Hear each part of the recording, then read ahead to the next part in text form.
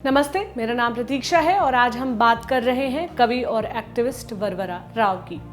उम्र 81 साल, इस समय मुंबई के तलोजा जेल में बंद है। 12 नवंबर को बॉम्बे हाई कोर्ट में उनकी जमानत और उनके स्वास्थ्य को लेकर स्पेशल बेंच ने सुनवाई की।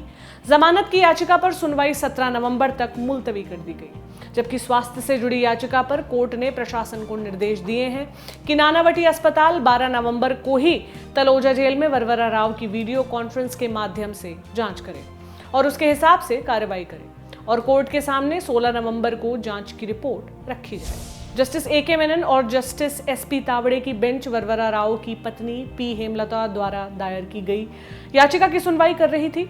इस याचिका में पी. हेमलता ने तलोजा जेल से वरवरा राव को छोड़ने की बात की थी। कहा था कि तलोजा जेल में जाने के बाद वरवरा राव की तबीयत बिगड़ी है और जेल प्रशासन उनके स्वास्थ्य पर कोई ध्यान नहीं दे रहा है।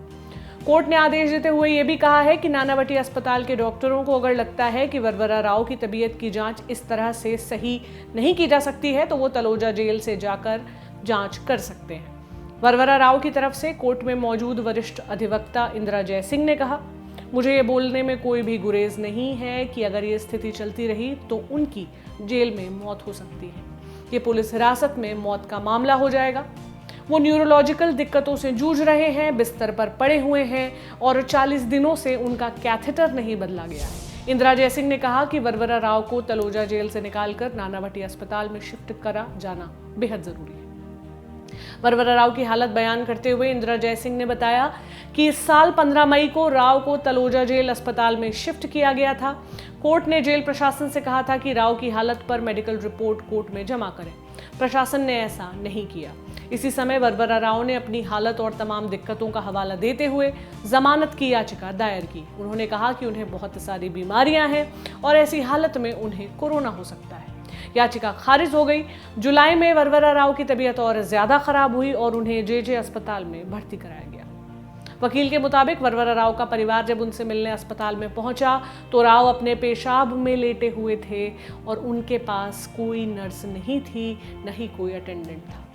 उनके साथ के ही एक आरोपी को उनका ख्याल रखने के लिए कहा गया था। इसके बाद 16 जुलाई को वरवरा राव कोरोना पॉजिटिव पाए गए।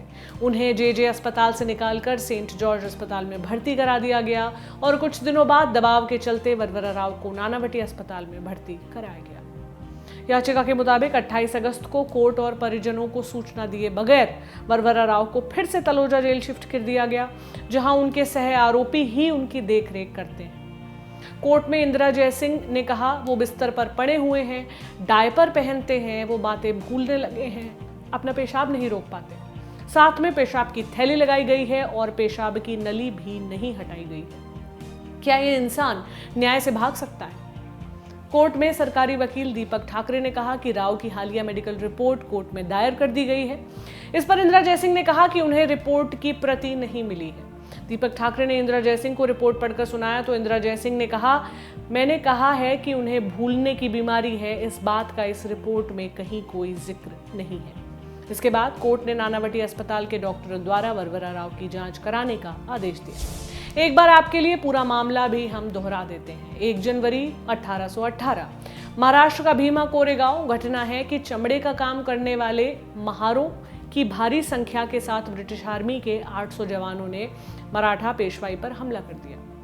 पेशवा बाजीराव द्वितीय की हार हो गई। जीत के महत्व को स्थापित करने और मारे गए सैनिकों की याद में कोरेगांव में विजय स्तंभ लगाया गया। साल 1928 भीमराव अंबेडकर पहली बार भीमा कोरेगांव आए, एक सभा को संबोधित किया। चूंकि महार दलित थे और पेशवा चित्तपावन ब्राह्मण थे तो महारों की पेशवा पर विजय को जातीय उन्मूलन के बड़े प्रयास के रूप में अंबेडकर ने स्थापित किया। एक बड़े हिस्से को लगने लगा कि दलितों की उत्पीड़न के खिलाफ लड़ाई के एक अध्याय का अंत है। अंबेडकर के जाने के बाद समकालीन भारत में इसी रूप में इस जगह की पहचान बनी। इसके बाद से हर साल 1 जनवरी को महार समुदाय के लोगों का जमावड़ा होता। क्यों? क्योंकि हर साल भीमा कोरेगांव युद्ध और पेशवाई पर विजय का उत्सव मनाना था। 1 जनवरी 2018 भीमा कोरेगांव युद्ध को 200 साल पूरे हो रहे थे। इसको जोर शोर से मनाने की योजना थी। इसके ठीक एक दिन पहले यानी 31 दिसंबर 2017 को पुणे के शनिवारवाड़ा यानी पेशवाओं के किले में एक सभा हुई। सभा को कहा गया एल्गार परिषद। एल्गार यानी यलगार यानी गर्जना, युद्ध की गर्जना। सभा में बहुत सारे लोग शामिल हुए।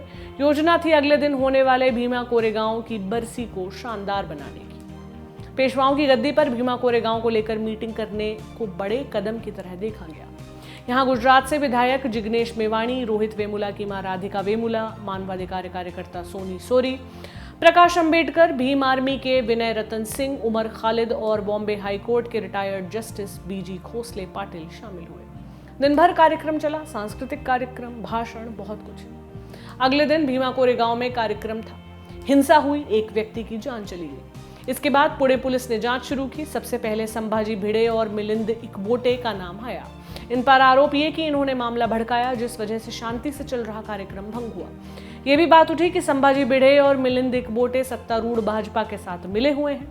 गिरफ्तारी हुई, लेकिन कुछ दिनों बाद ही एक जांच कमेटी ने इन दोनों को आरोपों से बरी कर दिया। जांच फिर से आगे बढ़ी, मामला दर्ज किया गया। पुलिस ने कुछ मानवाधिकार कार्यकर्ताओं पर आरोप लगाए, कहा कि इन मानवाधिकार कार्यकर्ताओं ने माओवादियों से पैसा लेकर कार्यक्रम का आयोजन किया।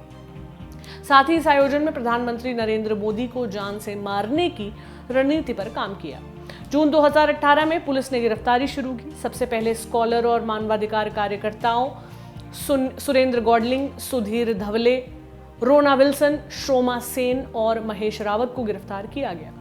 अगस्त 2018 में वरवरा राव, सुधा भारद्वाज, अरुण फरेरा, गौतम नवलखा और वर्णन गोंसाल्वेस को गिरफ्तार किया गया।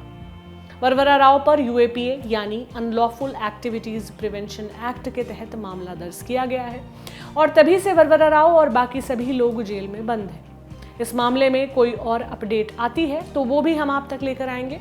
आप देखते रहें लल्लन टॉप। शुक्रिया।